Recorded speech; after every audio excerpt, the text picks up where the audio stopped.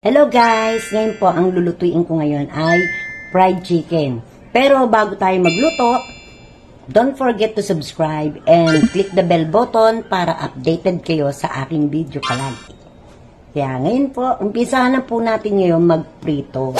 Are you ready?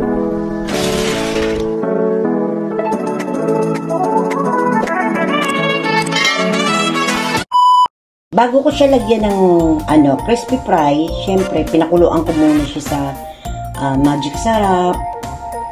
Nilagyan ko siya ng paminta. Yan, pinakuluan ko siya doon. Mga 20 minutes ko siyang pinakuluan para lutong-luto ang loob ng manok. Yan po ang crispy fry. Ngayon po, lalagay natin dito sa mangkok. At syempre, lalagay natin itong manok. Paikot-ikutin na natin dito yung chicken. Yan. Lagyan natin siya ng crispy fry. Hanggang sa, dumami yan. Lahat yan. Ikot-ikutin yan.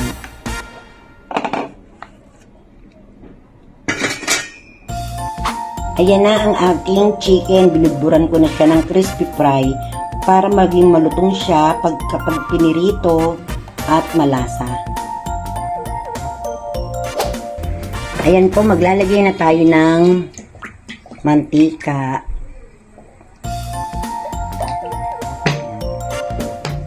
Diyan natin iprito ang manok. Kapag mainit na, yan, ilagay na natin ang chicken. So, isahin na natin sila. Pwede silang apat.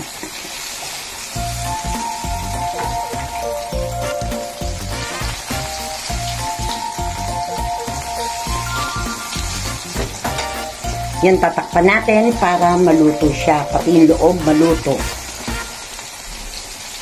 So, ayan na. Malapit na ng maluto. Ngayon, babalik ka rin na po natin ngayon ang ating chicken. Kailangan lutong-luto siya.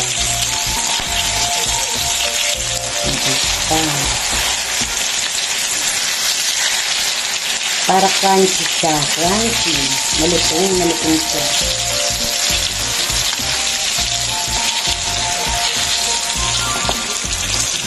Hintayin ulit natin. Takpan ulit natin siya.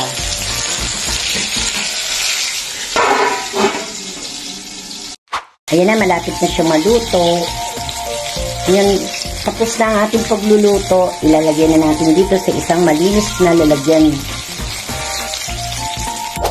Ayan na, malapit na ng maluto.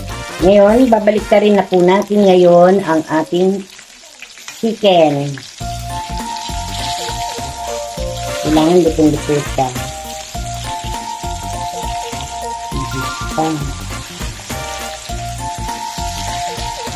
Para crunchy siya. Crunchy. Malutong siya.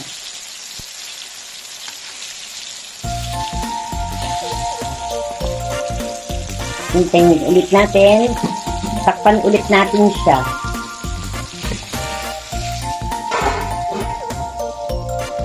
Ito sa white yan. Ay, magsasalang ulit po tayo ng 3 piraso.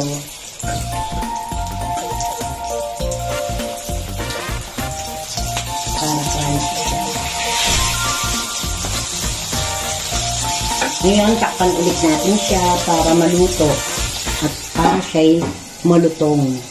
O, paano pag hindi siya lagi crunchy? Crunchy yan, kasi masarap yan. Ayan na, malapit na siya maluto. Yan, tapos na ang ating pagluluto. Ilalagay na natin dito sa isang malinis na lalagyan.